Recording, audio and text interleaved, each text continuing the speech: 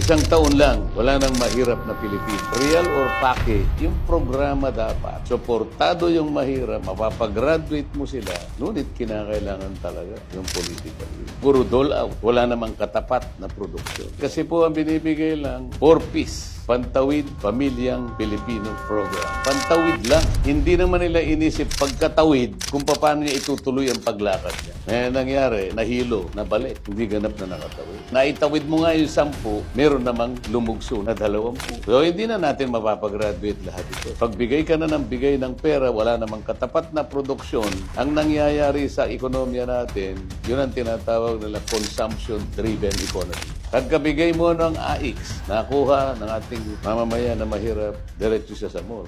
Ibili niya ng pagkain. Dapat sana baligtarin mo, supply-driven. Ibig sabihin nun, aandar ang mga makinarya. Lalakas ang manufacturing sector. Pag umandar ang mga pagawaan, napakaraming manggagawa. Pag maraming production, bababa ang presyo ng bili. Doon lang natin makikita yung medyo maginhawang pamumuhay. Rektang tanong, diretsyong tugon. I-comment nyo lang dito sa Rekta kay Marcoleta.